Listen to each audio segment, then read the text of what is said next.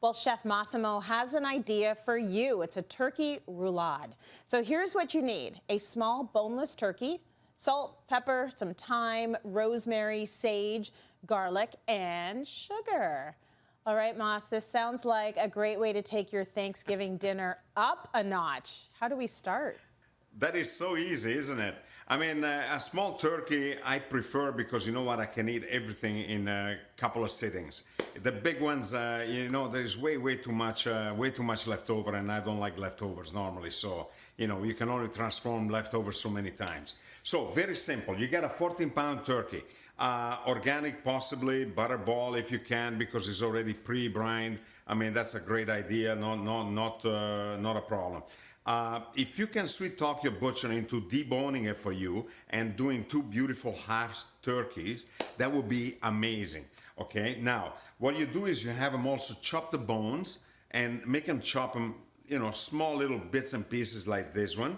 And you need celery, onion, carrot, and garlic chopped up with a little bit of thyme, rosemary, sage right in it. So I'm gonna start by putting that in my pan because I'm preparing all of this immediately.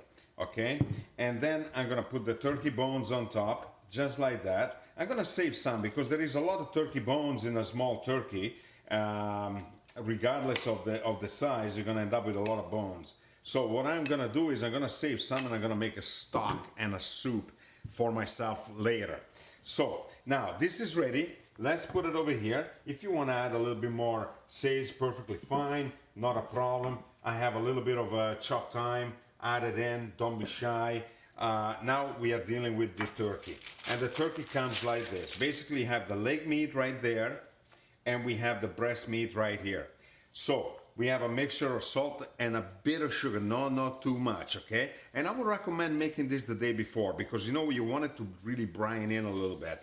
Unless you're buying a turkey that is already pre-brined. Okay, so you sprinkle it liberally inside, not too much. Don't get carried away with the salt and the seasoning. So this is a mixture, a blend of rosemary, sage, and thyme, and a few other fresh herbs. You know what I mean? A little bit of oregano, a little marjoram. That's perfectly fine. But simple.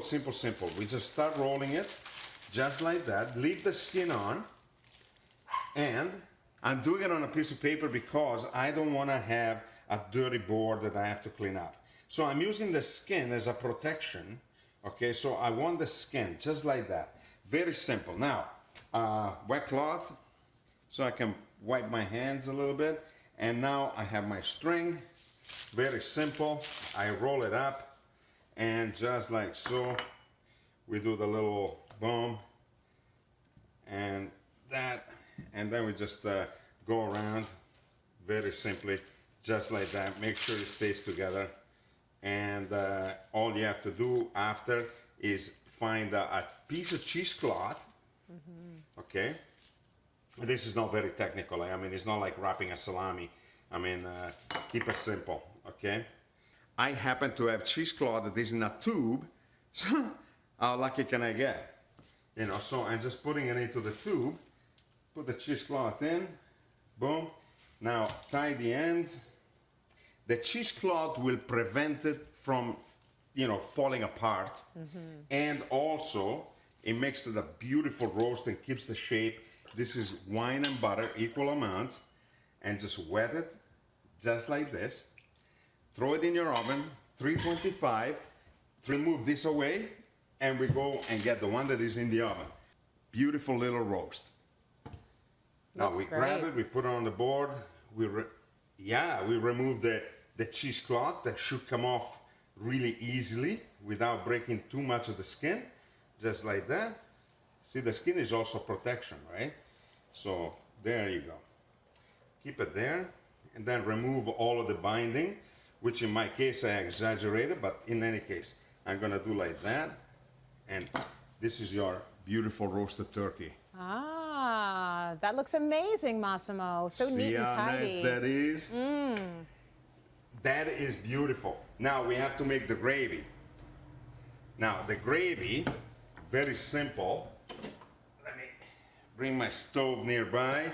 So I drain the stock from the pan, just like so. My gravy is made with This is all the broth that is left because we put all of the wine, all of the butter, and a little bit of chicken stock if needed. And we have all of this beautiful gravy. Who doesn't like that?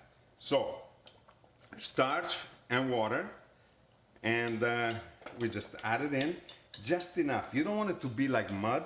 You don't want it a pudding like. You want the gravy to be coating and be nice to it, right? So that's all we have to do. Just add a little bit of it, just like so. And it should be just be dense enough to coat the mashed potato, to coat the turkey, to make it, look at that. See how creamy that is? Maybe a little bit more. And using starch is better because you could bake a roux, but using starch is a cleaner feel to the palate, and it takes very little. It boils and it's done. With flour, you would have to boil it away. So here we go. My gravy is made. Doesn't that make you hungry? I mean, I want to dip my mashed potato in there. So I'm gonna just take a little slice, just like that, and we are done, finished. That's my turkey. Looks That's my turkey incredible. plate. Yeah, Massimo, that's so nice. It's a different, I love that. sort of a different way to serve it up. Looks very fancy, but as you showed us, very Yeah. doable. I love that.